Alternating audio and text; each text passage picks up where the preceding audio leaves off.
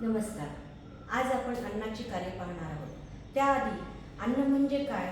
तर अन्न म्हणजे शरीराचे आरोग्य नीट राहणे, शरीराचा पोषण दर्जा चांगला राहणे आणि जे आपण खातोय त्यापासून शरीराला ऊर्जा मिळणे, याला आपण अन्न असे म्हणतो. पण या अन्नाची कार्य काय आहेत? तर अन्नाची कार्य हे 3 प्रकारात मोडतात. पहिलं आहे शारीरिक कार्य, दुसरं आहे सामाजिक आणि तिसरं आहे मानसिक. सामाजिक आणि मानसिक हे आपण नंतर पाहू, पण सुरुवातीला आपण पाहणार आहोत शारीरिक कार्य. शारीरिक कार्य म्हणजे शरीर सदृढ राहण्यासाठी, शरीराचे कार्य नीट राहण्यासाठी आपल्या शरीराला अन्न जे ऊर्जा पुरवते, तर त्याचं कार्य जे आहे हे आपण या ठिकाणी पाहणार आहोत.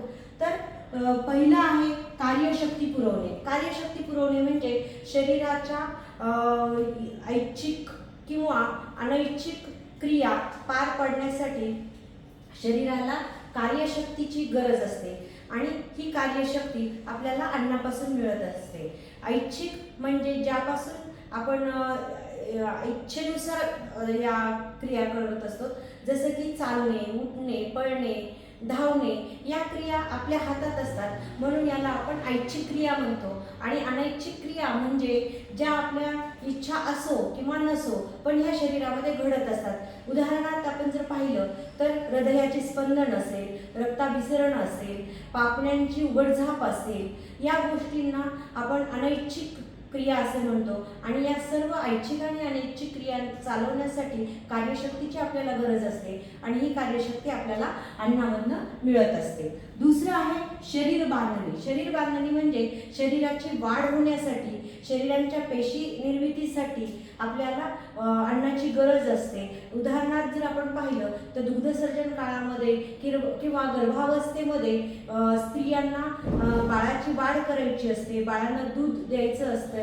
त्यामुळे मग अशा वेळेला त्यांना शारीरिक कार्य हे जे आहे हे जास्त प्रमाणात करावं लागतं आणि त्यामुळे त्यांच्यामध्ये शरीर बांधणीही होत असते आणि यासाठी आपल्याला अन्नाची गरज असते. तिसरं आहे पेशींची झीज भरून काढणे.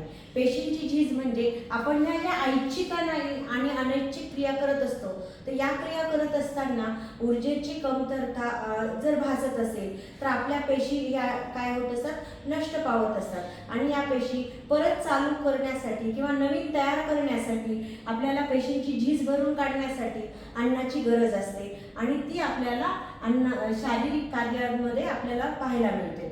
त्यानंतर संरक्षण आहे. आता हे संरक्षण म्हणजे काय? तर शरीराचं संरक्षण करणे.